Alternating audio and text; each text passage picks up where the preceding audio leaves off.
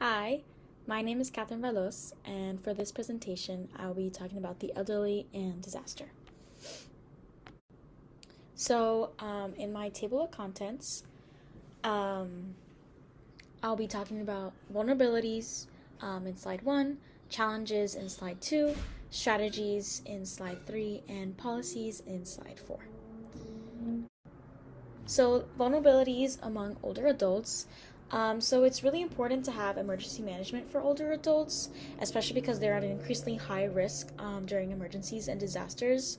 A lot of the ways that older adults are more at risk is due to mobility difficulties, so it can make it harder for them to get out of harm's way, go at a quick pace. There can be a lack of access to transportation, especially in a time of a disaster. There can be like a limit of transportation if it's not set before in preparedness. They also might be socially isolated, especially if they live alone with no friends or family nearby to help, or if they're not in a facilitated assisted living community. There can also be a lack of financial means to prepare for a disaster.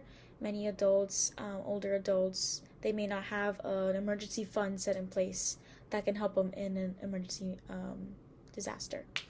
And a lot of older adults also live without a cell phone or internet, which allows for easy access for communication and essential information.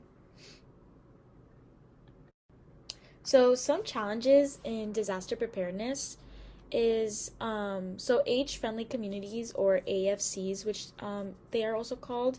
They notice that there are gaps between the needs of older adults and the preparedness available. So some challenges can be communication, as mentioned before, connectedness, and individual planning for medical reasons, transportation, as mentioned before as well.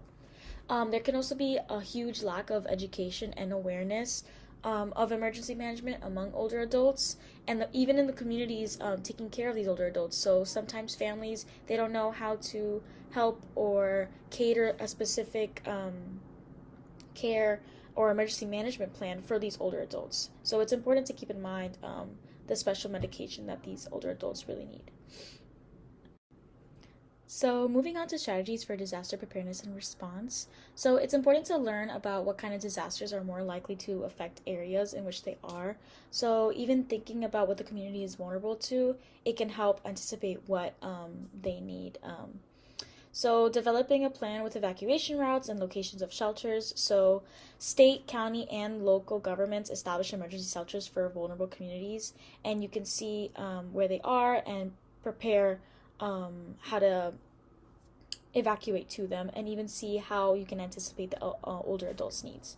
So communicating the plan with friends, family, caregivers, and neighbors. So it's more specifically those people who are trustworthy enough and can help in an emergency, and just maintaining those open lines of communication of how bad the emergency is, how one can help, and how prepared everyone is.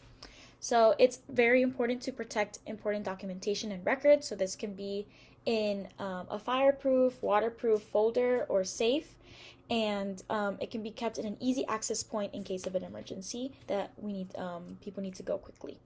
So it is also important to have an emergency kit that can last up to a week. So this can have water, food,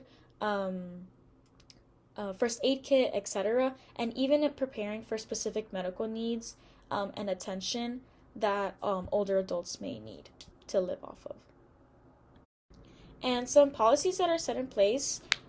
So there's FEMA and emergency planning for older populations, and there's legislation that addresses elder disaster preparedness, which is the Older Americans Act, which was passed in 1965 in response to a lack of community social services for older persons. So it's just important to have these initiatives and these policies set in place for older adults. And here are my references. Thank you.